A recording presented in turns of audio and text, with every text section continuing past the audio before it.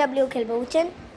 আর সবাই তো চিনেন না, আমার নাম আউসাফ রহমান আর আমার নাম তালহা আর আমার নাম উমর উমর আর এ হলো যে আমার প্রিয় ভাই আতিকুর রহমান। এ হলো যে আমার প্রিয় তালহা ভাই।